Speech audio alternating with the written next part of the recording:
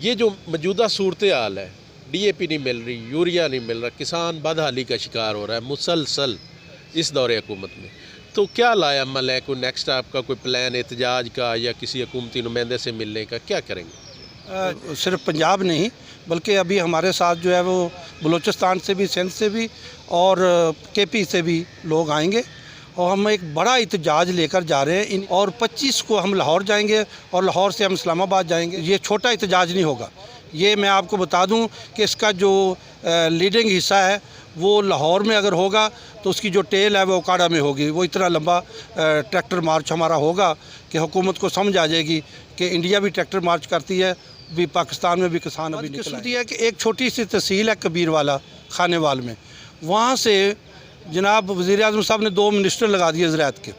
एक ऊपर MNA है, एक नीचे MPA है, एक पंजाब का मिनिस्टर है, एक वफाक का मिनिस्टर है। और उन्हीं का एक करिंदा ख़ास जो कि फ़ख्र अमाम साहब का बचपन से उनका मुलाजम था, वो उनके साथ ड्राइवर रहा है। और वो नाम नहात लीडर को जिसको हमने इसी वजह से छोड़ दिया है, खालिद खोखर की बात, किसान दुश्मन हुकूमत मैं कहूँगा कि इनको पता चले कि वाकया किसान जो है बाहर निकलेगा तो पता चलेगा कि किसान गरीब है। जब तक घर में हम बैठे रहेंगे तो लोगों को या हुकूमत को इल्म नहीं होगा। वो हमारे साथ कंधे से कंधा। मैं हूँ जावेद इकबाल हंजरा और आप देख रहे हैं न्यूज़ लाइन डिजिटल। नाजरीन, 70% लोगों का इन्हिसार पाकिस्तान में ज़राअत के ऊपर है और ज़राअत पाकिस्तान में रीढ़ की हड्डी की हैसियत रखती है। अब जैसे कि गंदम का सीज़न शुरू हो गया है, आलू का काश का सीज़न शुरू हो गया है, लेकिन इस सीज़न में सूरत हाल ये है कि यहाँ पे डीएपी की शार्टेज हो गई है। अगर मार्केट से डीएपी लेने के लिए जाएं तो पहली बात तो आपको डीएपी मिलेगी नहीं, अगर मिलेगी तो कम 8,000 से कम इसका रेट ऊपर होगा। इसी तरह अभी आगे यूरिया की ज़रूरत पड़नी है और यूरिया भी शार्ट कर ली गई है। वैसे तो गवर्नमेंट बड़े दावे करती है कि किसानों को हम बहुत बड़ा रिलीफ दे रहे हैं किसान, लेकिन किसान को हकीकी तौर पे किसी किस्म का कोई फ़ायदा नहीं हो रहा। मेरे साथ इस वक्त पंजाब के सदर किसान इत्तेहाद के कैप्टन TJ मोहम्मद सैन साहब मौजूद हैं। आइए उनसे बात करते हैं कि वो जो मौजूदा सूरत हाल है डीएपी के हवाले से, यूरिया के हवाले से और किसान की बदहाली के हवाले से, इस हवाले से वो क्या कहते हैं। अस्सलाम वालेकुम। क्या सूरत हाल है? डीएपी शार्ट हो गई है, अब चूँकि काश का सिलसिला जारी है आलू का और गंदम के हवाले से, तो अगर यही सूरत हाल रही तो फिर किसान कहाँ जाएंगे? जी, आपका बड़ा सवाल जो है जेन्युइन है। मैं पहले तो ये बताऊं कि हकीकत में क्योंकि मैं किसान भी हूं और किसानों का नुमाइंदा भी हूं कि जितना परेशान आजकल किसान है ये शायद पहले कभी नहीं हुआ था। और पहले अगर कोई चीज़ महंगी भी होती थी तो कम से कम मिल तो जाती थी। अभी इस हुकूमत में महंगी भी है और मिल भी नहीं रही। और साथ ही सुबह शाम जो है हुकूमत गुन गाती है कि एग्रीकल्चर को हमने बहुत तरक्की दी। मैं हुकूमत से ये सवाल है मेरा और जनाब वज़ीर आज़म साहब को जो कि इस मुल्क के लिए कहते हैं जी मैं गरीब तबके को ऊपर उठाना चाहता हूँ, तो उनसे भी मेरा ये सवाल है कि या तो ये लोग आपको गलत ब्रीफ़ करते हैं या आप आवाम को नहीं देखते हैं या जो हम बातें करते हैं वो गलत है कि ये जब ऐसे मौके पर आपकी डीएपी भी शार्ट हो जाए, आपकी डीएपी ने ही पैदावार बढ़ानी है और यूरिया ने ही पौधे को ऊपर लेकर जाना है, तो दोनों चीज़ें शार्ट भी और महंगी भी।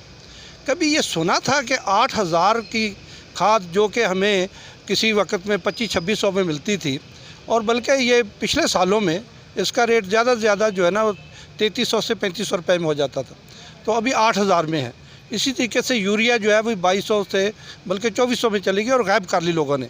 इस तरीके से जो पेस्टिसाइड है जो कि पौधे के लिए उसकी नशो नुमा में हिस्सा डालती है, तो वो आप यकीन करें वो सिर्फ 1000% नहीं 3000% महंगी हो चुकी है। जो दवाई हमें 250 की मिलती थी वो अभी 1500 से 1700 रुपये में मिल रही है, तो आप एवरेज खुद देख लें। एक बात तो ये होगी। अभी उसके बाद जो मैं ये इस फोरम पर ये ख़ास बात करना चाहता हूँ कि ये बात करते हैं कि जी वो अगर काश्तकार के पास पैसे नहीं है तो ठेका कैसे बढ़ गया। आम ये बात होती है, वज़ीर आज़म साहब भी बात करते हैं, उनको गलत ब्रीफ किया जाता है। आप देखें कि पंजाब के अंदर जो छोटा काश्तकार है, जो 6 से 8 एकड़ का काश्तकार है, उसकी परसेंटेज क्या है, उसकी परसेंटेज जो है वो गवर्नमेंट के जो अपने फिगर हैं वो 80% से ऊपर है। तो इसका मतलब है कि वो तो गरीब पिस गया, उसके पास तो ना ठेके के लिए पैसे हैं ना वो बड़ा ज़िम्मेदार है। तो ये जो कहना कि जी वो नहीं है, ये इसीलिए गुर्बत बढ़ रही है और ख़ास कर गुर्बत जो देहात में बढ़ रही है। अगर देहात में इसीलिए बढ़ रही है कि वो जो ज़िम्मेदार छोटा था वो गरीब ना खाद ले सकता है ना वो स्प्रे के पैसे हैं। और मैं आपको बताऊं कि ये इनको भी गलत ब्रीफ किया जाता है। जो पैदा असल जो काश्तकारों के ये जो हिसाब कर रही ना हुकूमत कि जी वो इन्होंने इतनी पैदावार होगी, इतनी हमने एक्सपोर्ट इंपोर्ट कर दी, जो भी कर दिया, देखिए उसके में किसान का हिस्सा नहीं है। ये ज़्यादा हिस्सा जो है उसके अंदर आड़तिए का है और मिडल मैन का है। वो किसान से फसल लेकर वो आगे जो है ना फ़रोख्त करता है और गवर्नमेंट के पास अगर एक्सपोर्ट करता है तो पैसे आ जाते हैं, गवर्नमेंट उसका हिसाब करती है। जबकि ऐसा नहीं है। ज़िम्मेदार जो है उसने तो मकई जो है ना वो बेची है 1200 से 1300 रुपये में, जबकि उसका रेट है 1600 से 1700 रुपया। ठीक है जी, 1600-1700 के हिसाब से उन्होंने साथ ही वनडे का रेट बढ़ा दिया। जो जानवरों का, जो ज़िम्मेदारों के जानवरों का वो ख़ास एक जुज़ है जिससे हम दूध की पैदावार लेते हैं। तो वो जो है वो देख रहे हैं कि जी हमारी ये पैदावार बढ़ गई, ये पैसे बढ़ गए, रेट बढ़ गया। ऐसा नहीं है, वो पैसे ज़िम्मेदार को नहीं मिले हैं। मैं साहिवाल डिवीज़न में खड़ा हूँ तो मैं यहाँ की सिर्फ बात करूँ कि जो पिछली मकई की फसल थी इसमें 12 से 14 अरब रुपया जो है, 12 से 14 अरब रुपया मिडल मैन और आड़तिया खा गया। क्योंकि मकई की 1200 से 1400 अरब 1400 अरब आड़तिया खा। हाँ जी, वो ऐसे कि 4.5 लाख एकड़ हमारी फसल थी यहाँ मकई की, और जब उसका रेट शुरू हुआ तो वो 1700 रुपये था। और जब वो हमारे पास जब हम फसल ले गए हैं तो वो जाकर रेट बन गया जी 1200 से 1250 रुपया, जो 500 का गैप है।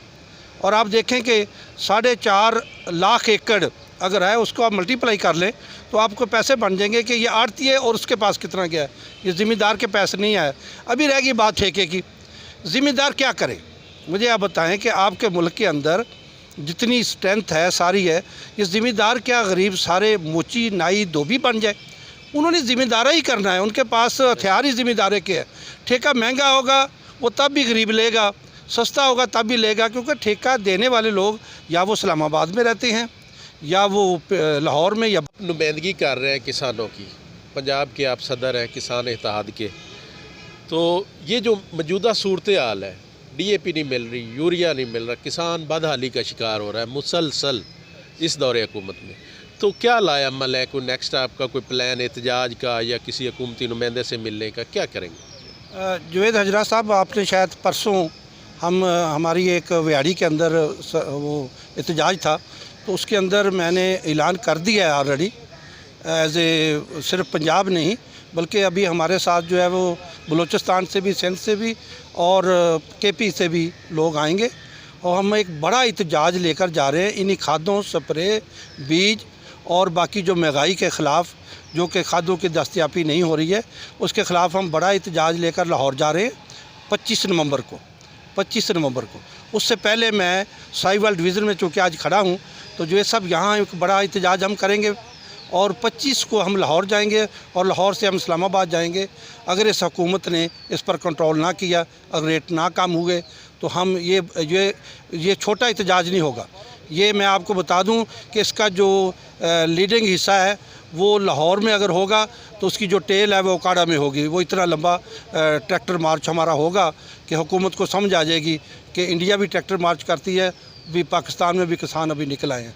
25 सर जो प्राइम मिनिस्टर मुलाकात करता है अक्सर, कोई 2 महीने बाद 3 महीने बाद किसानों से मुलाकात होती है, उसमें हकीकी तौर पे किसानों के नुमाइंदे नज़र नहीं आते, मुख्तलिफ तंजीमों के लोग होते हैं, मतलब जो जिनको हम कह सकते हैं कि वो बड़े जागीरदार, बड़े ज़िम्मेदार हैं, तो वो छोटे काश्तकार हैं, छोटे ज़िम्मेदार हैं, जो पिसा हुआ तबका, उसकी तो फिर वो नुमाइंदगी नहीं कर रहे होते ना लोग।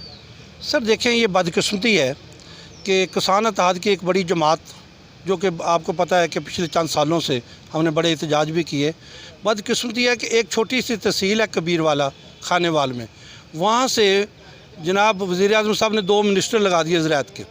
एक ऊपर MNA है, एक नीचे MPA है, एक पंजाब का मिनिस्टर है, एक वफाक का मिनिस्टर है, और उन्हीं का एक करिंदा ख़ास जो कि फ़खर हमाम साहब का बचपन से उनका मुलाजम था, वो उनके साथ ड्राइवर रहा है, और वो नाम नहात लीडर को जिसको हमने इसी वजह से छोड़ दिया है, खालिद खोखर की बात मैं कर रहा हूँ, जो करप्शन के पैसे लेता हुआ भी खबर चली थी, करप्शन के जो पिछले दिनों में वीडियो भी चली थी, और इसी तरीके से और बहुत जगह से उसने पैसे लिए हैं।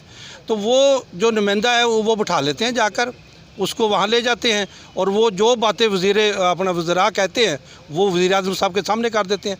तो वज़ीर-ए-आज़म साहब को ये सोचना चाहिए कि मैं असल लोगों को बुलाऊं ताकि उनको प्रॉब्लम बता सकें। तो क्या मैसेज देना चाहेंगे कैप्टन साहब हुकूमत को, और जो हमारे काश्तकार हैं, छोटे काश्तकार, पिसा हुआ तबका, उनको क्या मैसेज देना चाहिए?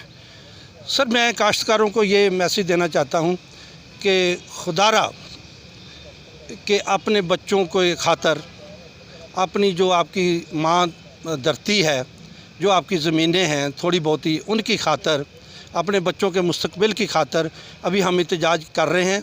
हमारे साथ निकलें, हर जगह से निकलें, ताकि हुकूमत को ये जो है, जो हमारी ये किसान दुश्मन हुकूमत मैं कहूँगा, कि इनको पता चले कि वाकया किसान जो है बाहर निकलेगा तो पता चलेगा कि किसान गरीब है। जब तक घर में हम बैठे रहेंगे तो लोगों को या हुकूमत को इल्म नहीं होगा। वो हमारे साथ कंधे से कंधा मिलाएं और हम इंशाल्लाह ताला उनको लीड करेंगे और उनका जो है सही मैसेज देंगे। जी बहुत शुक्रिया कैप्टन साहब, बहुत जी बिल्कुल। ये मेरे साथ थे किसान इत्तेहाद पंजाब के सदर कैप्टन टीजे साहब, जो किसानों की, काश्तकारों की, गरीब किसानों की, जो पिसा हुआ तबका है, उनकी ये आवाज़ बनते हैं। तो ये सारी गुफ्तगू आपने सुनी। इंशाल्लाह नेक्स्ट किसी और प्रोग्राम के साथ आपकी खिदमत में हाज़िर होंगे। तब तक मुझे दें इजाज़त। अल्लाह हाफ़िज़।